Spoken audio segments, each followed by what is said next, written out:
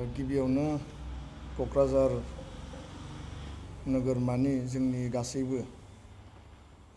बर'नि जिखिनि निउस आरो पर्टेल चेनेल दङ गासैनिसिमबो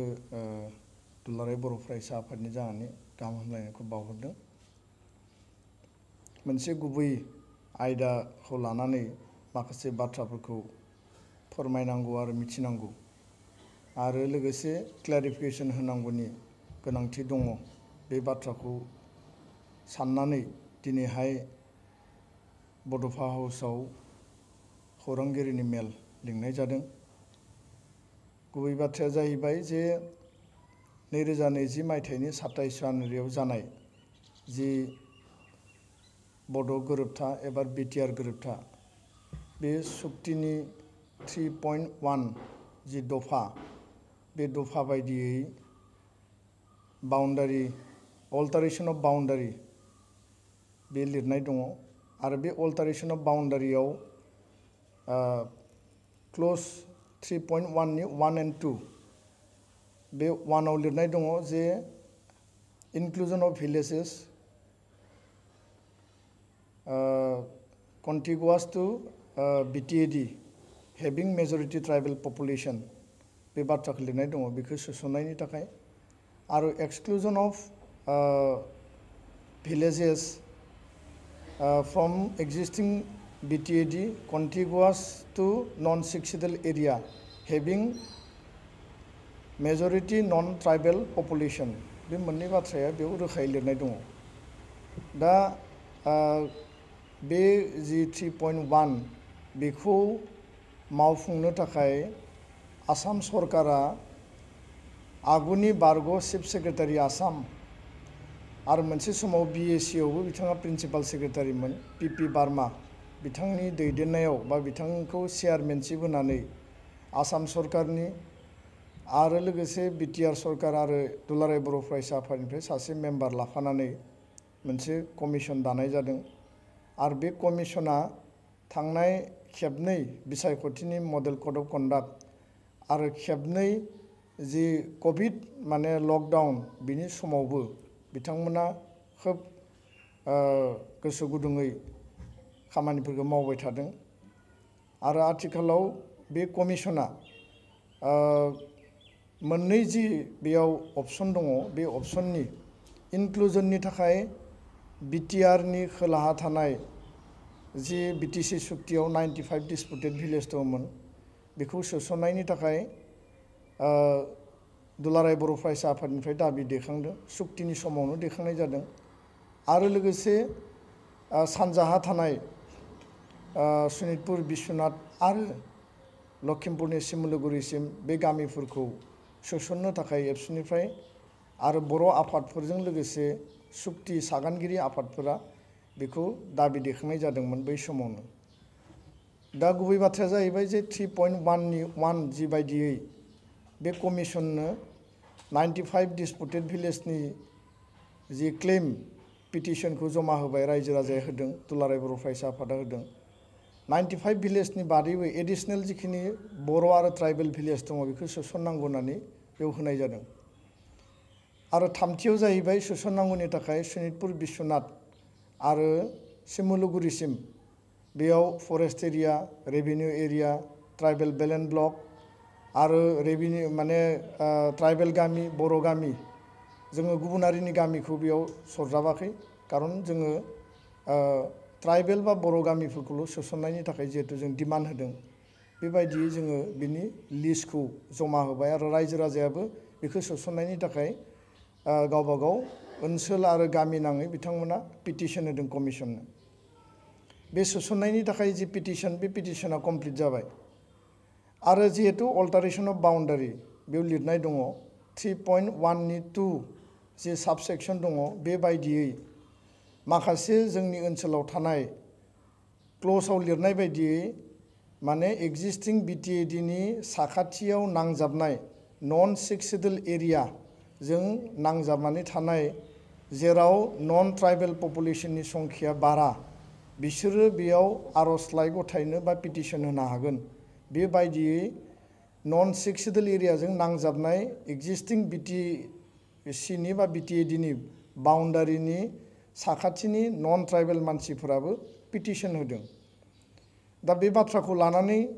आथिखालाव माखासे दावराव दावसि माखासे बेयाव माने गोबां माने प्रपागान्डा सोलिबाय थानायखौ जों नुदों।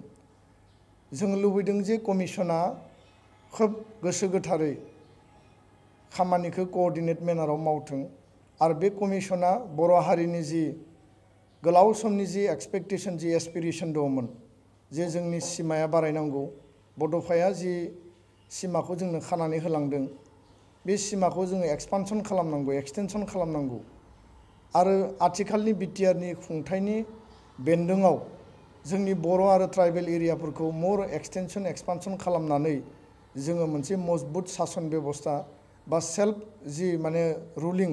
बा सेल्फ डिटारमिनेशननि जि बाथ्रा बुंदोंमोन, गाव खुंथायनि बाथ्राखौ जि बुंदोंमोन बेखौ जोङो रोखा खालामनानै लानांगौ, जायजों जोंनि अधिकार, जोंनि क्षमता,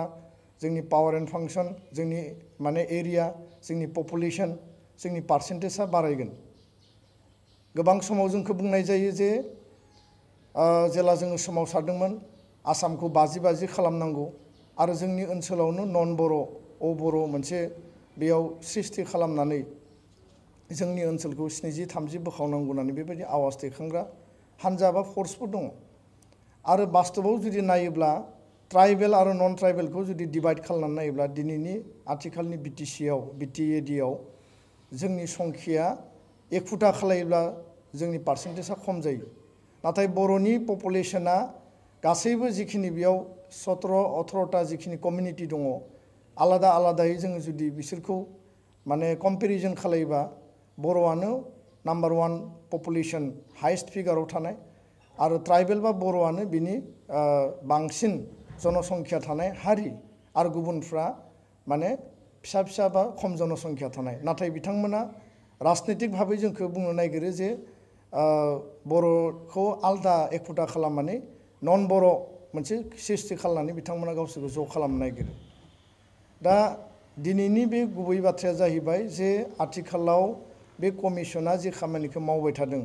बे खामानिखौ मावबाय थानाय समाव जोंनि माखासे गावखौनो जायफोर माने बुंनानै लायो जे बारग' एबसुनानै आरो माखासे जायफोर माने समाजनि थाखाय जेब्लाबो माने बेबायदि गोनो गोथो खामानि मावबाय थाग्रा प्रपागान्डा खालामबाय थाग्रा माखासे सेक्सननि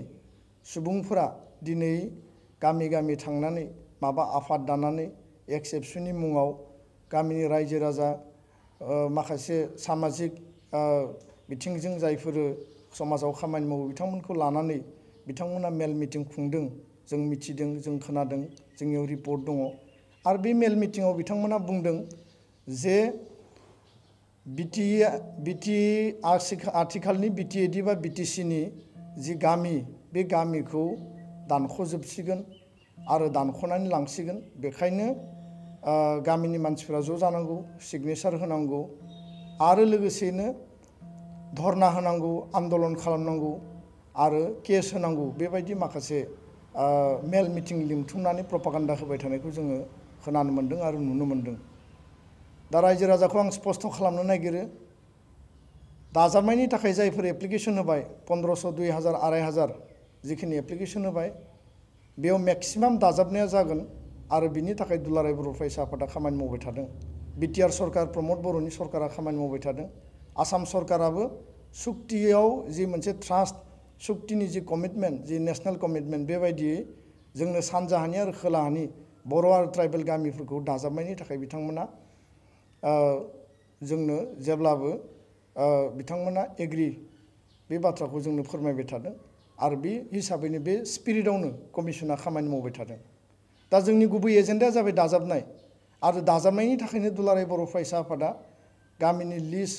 आरो रायजो राजानि पिटिशन बेखौ होजोबनाय जाबाय। गुबुन फारसेथिं दिनै जि बाथ्राखौ लानानै प्रपागान्डा खालामबाय थादों जे दानख'नायनि थाखाय अल्टारेशन अफ बाउन्डारि होनना बुंनाय लोगो लोगो बेयाव दानख'नायनि माखासे जि माने बेबस्था बे बेबस्थायाबो थायो। दा दानख'नायनि बेबस्थाया जिहेतु माने साब क्ल'ज 2आव थाबाय, खोलाहा थानाय गोबां नन ट्राइबेल मानसिफ्रा दिनै कमिसनाव पिटिशन होबाय। दा बिथांमोना पिटिशन होनायाव रावबो बादा होनो हाया दाजाबनायनि थाखायबो पिटिशन होदों दानख'नायनि थाखायबो पिटिशन होदों नाथाय गुबै बाथ्राया जाहैबाय जे जायफोर गामिफोरखौ जायफोर ओनसोलफोरखौ दानख'नायनि थाखाय पिटिशन होदों बे बेसेबां लजिकेल बेयो बेसेबां माने एक्सेप्टेड बे मेटारखौ कमिसना नायबिजिरदों आरो बेखायनो दुलाराय बर' फरायसा आफादा स्पष्ट बुंदों जोङो कुनु कारनाव दानख'नायनि थाखाय जोङो पिटिशन होआखै आरो दानख'जानांगौ होननानैबो पिटिशन होआखै आरो दुलाराय बर' फरायसा आफादनि सुक्तिनि समनि डिमान्डआबो दानख'नायनि थाखाय डिमान्ड गैया दा दिनै जायफोरा दानख'नायनि थाखाय एप्लिकेशन होदों बेखौ कमिसना नायबिजिरदों आरो बेयाव स्पष्ट भाबै दुलाराय बर' फरायसा आफादा बुंगोन जे कुनु मोनसे ट्राइबेल बेलेन्स ब्लक कुनु मोनसे ट्राइबेल गामि आरो बर' गामि स्पष्टयै बुंदों ट्राइबेल बेलेन्स ब्लक ट्राइबेल गामि बर' गामि एक इंसि बा नखरसे बा गामि मोनसे एक्जिस्टिं बिटिएडिआव जि दङ जोंहा सिमा दङ बिनिफ्राय बे मोनथाम केटेगरिखौ कुनु कारनाव दाननाय जाया आरो बेखौ जोंनिफ्राय दुलाराय बर' फरायसा आफादनिफ्राय जों स्पष्ट बुंदों रायजो राजाखौ जों बुंदों गोबां जायगायाव रायजो राजाफोरखौ भुवा मेप मोनसे आखिनानै गोजासिन बर' गामिनि गोजौआव गोजासिन आखिनानै बर' गामिखौ गाहायाव दोननानै बे दानख'सिगोन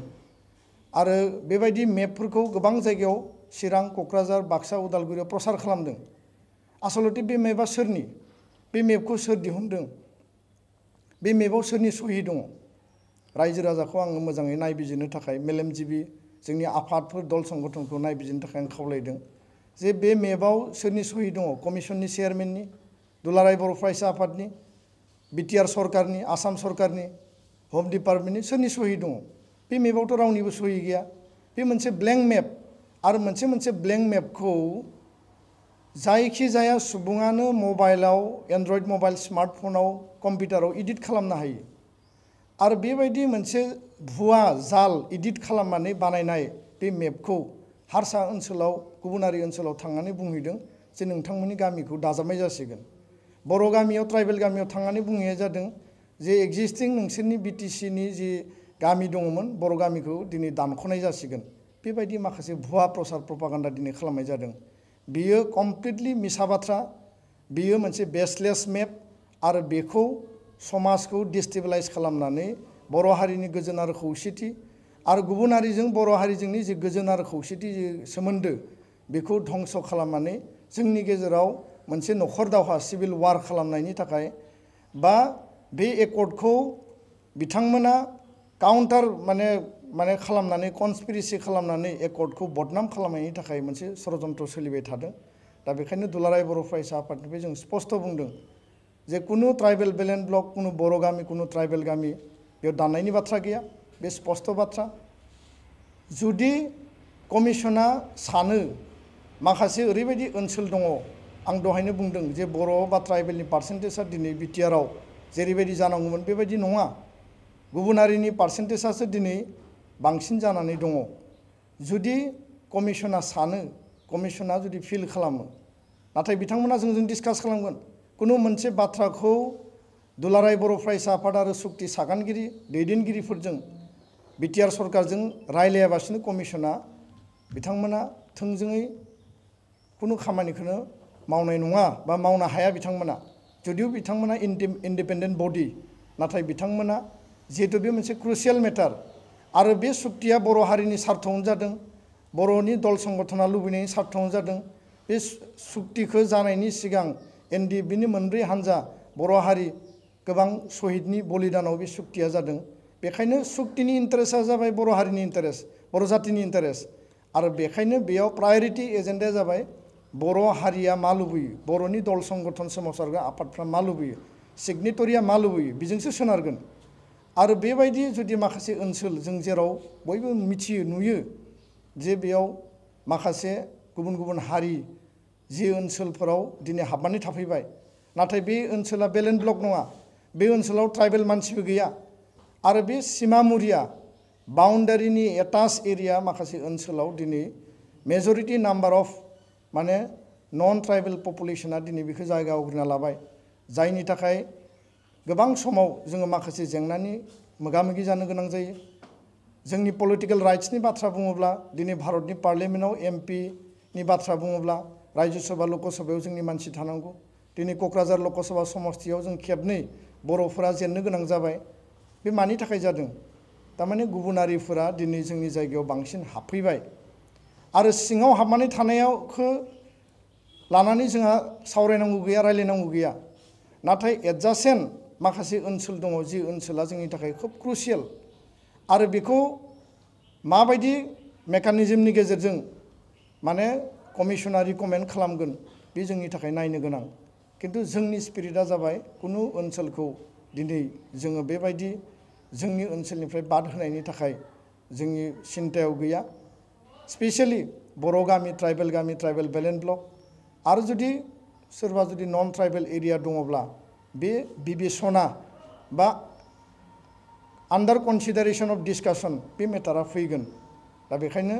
मानगोनां रायजो राजा नोंथांमोन बर' रायजो राजा सिबिजाथाव आइ आफा नोंथांमोन जोंनि गासैखौबो आङो बे बेलायाव स्पष्टयै बुंगोन बेखौ लानानै जों दावराव दावसि जानाङा बेखौ लानानै जोंनि गेजेराव माने हुलुस थुलुस जानाङा बेबायदि मोनसे माने फियारनेस जि सोनानै होदों बेखौ जोङो गैया खालामनांगोन आरो जायफोरा बेबायदि कनस्पिरेसियाव लिप्त जादों बिथांमोनखौ नोंथांमोना कुइसन खालाम जे बे मेम्बार सोरनि आरो बबे कमिसना बबे माने डिपार्टमेन्टआ बुंदों दिनै बर' गामिखौ ट्राइबेल गामिखौ दानख'गोन बिनि सायाव कुइसन खालाम दिनै जोंहा जिखिनि दानख'नो थाखाय जायफोरा क्लेम खालामदों बिनि जास्टिफिकेशननि सायाव बिसार बिबेसना जागोन किन्तु जोंनि एक्जिस्टिं सिक्स सिडुल जोंनि एक्जिस्टिं ट्राइबेल बेलेन्स ब्लकखौ डाइल्युट खालामनानै कुनु मोनसे दानख'नाया एक्सेप्टेड नङा बे एक्सेप्ट जाया आरो बेखौ दुलाराय बर' फरायसा आफादा एक्सेप्ट खालामा आरो बिनि सिगां एबसुजों बिटिआर सरकारजों आसाम सरकार कमिसननि गेजेराव सावरायलायनाय जागोन आरो बिनि उनावसो बे गासैबो मेटारफ्रा माने फाइनाल डिसिसनाव फैगोन दिनै जायफोरा दानख'नायखौ लानानै केस होगोन धरना खालामनांगौ आन्दलन खालामनांगौ होननानै बुंदों बिथांमोननो साननाया मोजां जे दुलाराय बर' फरायसा आफाद एनडिबि मोनब्रै आफाद जोंनि अबजेक्टिभा जाबाय सिमा बारायनांगौनि थाखाय सानजाहा सिमाखौ एक्सटेनसन खालामनाय आरो 1500-2000नि बारा जिखिनि जोंहा गामिफोर दाजाब जानो गोनां दङ बे दाजाब जानो गोनाङाव दिनै बिथांमोना हेंथा खालामनाय बायदिखौसो आं नुदों आरो बेखायनो सनितपुर बिश्वनाथ लखिमपुरनि पार्सेल एरियानि रायजो राजाफ्रा दिनै कुइसन खालामनांगौ जे बिथांमोना जि बाथ्राखौ लानानै प्रपागान्डा खालामदों जिखौ लानानै दिनै बिथांमोना 3.1 खौ मोनसे माने बदनाम होनानै बेखौ डिस्टेबलाइज खालामनानै बेखौ बे कमिसनखौ खामानि मावनो हायै जे पेरालाइज खालामनायनि जे मोनसे कनस्पिरेसि बेखौ जुदि खालायोब्ला बर' हारिनि शहीदनि बिनिमयाव सुक्ति जानाय बिटिआर बर' हारिनि गोलाव समनि आन्दलननि उनाव जानाय जि बिटिआर सुक्ति जि मोनसे गोजोन गोरोबथा बे गोरोबथाखौ बिथांमोना माने जि मिनिंलेस खालामनायनि जि मोनसे परिकल्पना आरो बे जुदि बिथांमोना बेखौ बादा होयोब्ला जेरैबायदि मोनसे प्रसेसआव थांदों जुदि बेबायदि बादा होनाय जायोब्ला सनितपुर बिश्वनाथ लखिमपुरनि एरिया हाबनो गोनाङा कमप्लिटलि स्तब्ध जागोन आरो बिनि दायनिगिरिया दुलाराय बर' फरायसा आफाद सुक्ति सागानगिरि आफादफोरा नङा बिनि दायनिगिरिया जायफोर दिनै दानख'नायनि मुङाव भुवा मोनसे मेप लानानै प्रपागान्डा खालामनानै मेल मिटिं लिंनानै धरना होनांगौ आन्दलन होनांगौ आरो केस होनांगौ होननानै जायफोरा दिनै परिकल्पना खालामबाय थादों बिनि दायनिगिरिया बैसोरसो कारन बिएसिनि समाव सनितपुर बिश्वनाथआ फरेस्ट एरिया होननानै थालांबाय बिटिसिनि समाव सनितपुर बिश्वनाथआव रेभिनिउ गामि गैया होननानै बेखौ बन्सित खालामनाय जाबाय दिनै बिटिआर सुक्तियाव दाजाबनांगौनि थाखाय 3.1 जि जोंहा अल्टारेसन अफ बाउन्डारि एक्सटेनसननि थाखाय जि जोंहा कमिसन मोनदों कमिसननि गेजेरजों खोब पिसफुलि जोङो बे खामानिखौ मावनानै लानांगौ आरो बेबायदि मोनसे गल्डेन अपरचुनिटि आरो स्कप मोननायाव दिनै बिथांमोना जोंखौ बादा होनो थांगासिनो दङ आरो बे बादाया सनितपुर बिश्वनाथ लखिमपुरनि रायजो राजानि जे खाफाल बे खाफालखौ दिनै बिथांमोना टेस्ट खालामनाय बायदि जादों आरो बे खाफालखौ माने खाफाल मोनदा खालामनायनि थाखाय बिथांमोना जि मोनसे षड़यन्त्र लिप्त जादों सनितपुर बिश्वनाथ लखिमपुरनि रायजो राजाया बै दैदेनगिरि बै माने जायफोर बे प्लेनिंआव दिनै लिप्त जानानै दं बिथांमोननियाव कुइसन खालामनांगौ आरो बेखौ लानानै स्ट्रं भइस होनांगौ होननानै आं सानो दा बेखायनो मानगोनां रायजो राजा नोंथांमोन दिनैनि बाथ्राया जाबाय स्पष्ट जे बाउन्डारि कमिसना गावनि खामानिखौ मावदों एबसु दुलाराय बर' फरायसा आफादा बे कमिसननि इच एन्ड एभ्रि स्टेपखौ जों अबजार्भ खालामदों, मनिटर खालामदों, डिसकास खालामदों। आरो आसाम सरकारनि मन्त्रि इउ.जि. ब्रह्म बिथाङाबो बड'लेण्ड वेलफेयार डिपार्टमेन्टखौ सामलायनायनि गेजेरजों WPTBC खौ सिगाङाव सामलायनायनि गेजेरजों दिनै बे कमिसननि हाबाफारिफोरखौ लानानै बिथाङा अबजार्भ खालामदों, तदारक खालामबाय थादों। आरो बिटिआर सरकारनि प्रमद बर', गोबिन्द बसुमतारी बिथांमोना दिनै बे कमिसननि हाबाफारिखौ लानानै दिनै नायबाय थादों। दा बेखायनो गुबुन रावबो हारिजों जोंहा दाङाबाजि जानो गोनां गैया, मिसट्रास्ट जानो गोनां गैया, हेंथा हेंथि जानो गोनां गैया। जों गोजोनै पिसफुलि मावनानै लानांगोन। कुनु नन ट्राइबेला बेयाव एफेक्ट जाया आरो कुनु ट्राइबेल आरो बर' गामिया बेयाव एफेक्ट जाया, बरन्स जोंहा लाब जागोन। आरो जोङो जुदि लखिमपुरसिम जुदि जोंनि सिमाखौ जोङो कमप्लिटलि जोङो बे बाउन्डारि कमिसनजों खालामना हानाय लोगो लोगो बा बियो जाफुंसारनाय लोगो लोगो ट्राइबेलनि पपुलेसना, बर'नि पपुलेसना बांगोन। आरो जों बे गुवार ओनसोलाव बिटिआरनि जि क्षमता, बिटिआरनि जि सासन, गावखुंथायनि जि क्षमता, अधिकार, बेखौ जोङो फुल्लि एक्सारसाइज खालामनो हागोन। दा बेखायनो मानगोनां रायजो राजाखौ आङो दिनैनि बे फुंबिलिनि समाव नैबे फंनैसो बाथ्राखौ क्लियारहै नोंथांमोननो फोरमायबाय। गोजोन्थों।